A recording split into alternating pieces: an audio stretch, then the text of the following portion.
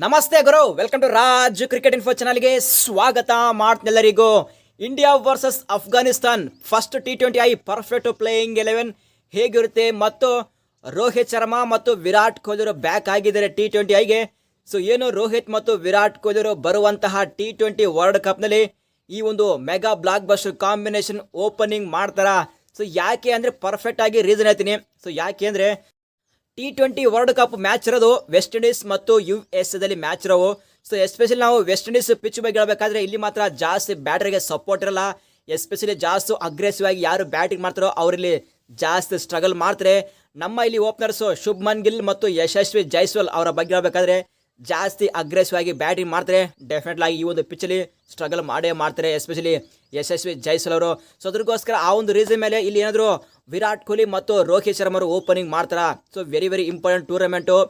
ರೋಹಿತ್ ಮತ್ತು ವಿರಾಟ್ ಕೊಹ್ಲಿಗೆ probably last T20 tournament ಆಗಬಹುದು ಗುರು. ರೀಸೆಂಟ್ ಆಗಿ ನೋಡ್ತಾ ಇದ್ವಿ ಯಾವ ಥರ ನಮ್ಮ BCCI ಇದ್ದರು ಯಾವ ಥರ ವಿರಾಟ್ ಮತ್ತು ರೋಹಿತ್ ಅವರಿಗೆ ಯಾವ ಥರ ಕಡೆಗಣಿಸ್ತಾ ಇದ್ದಾರೆ T20 ಅದ್ರಗೋಸ್ಕರ. ಸೊ ಗೊತ್ತಿಲ್ಲ ಏನಾಗುತ್ತೆ ಆಫ್ಟರ್ T20 ವರ್ಲ್ಡ್ ಕಪ್ ಆದಮೇಲೆ.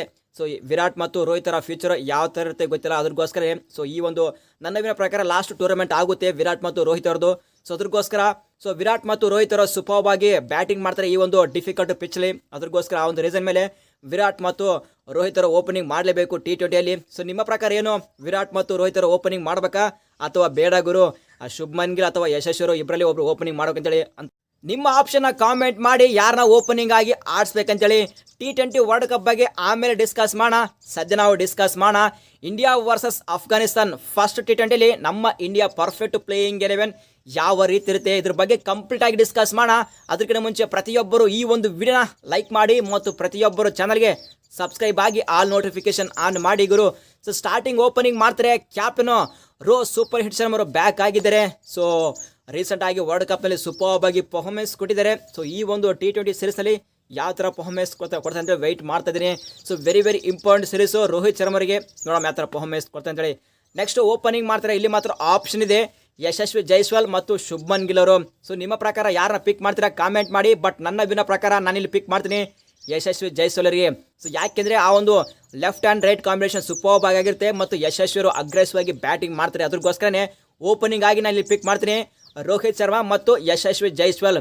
ನಂಬರ್ 3 ಬರ್ತಾರೆ ವಿರಾಟ್ ಕೊಹ್ಲಿ ಅವರು. ಲಾಸ್ಟ್ ಟೈಮ್ ಅಫ್ಘಾನಿಸ್ತಾನ ವಿರುದ್ಧ ಒಂದು ಭರ್ಜರಿ ಶತಕ ಬಾರಿಸಿದ್ರು.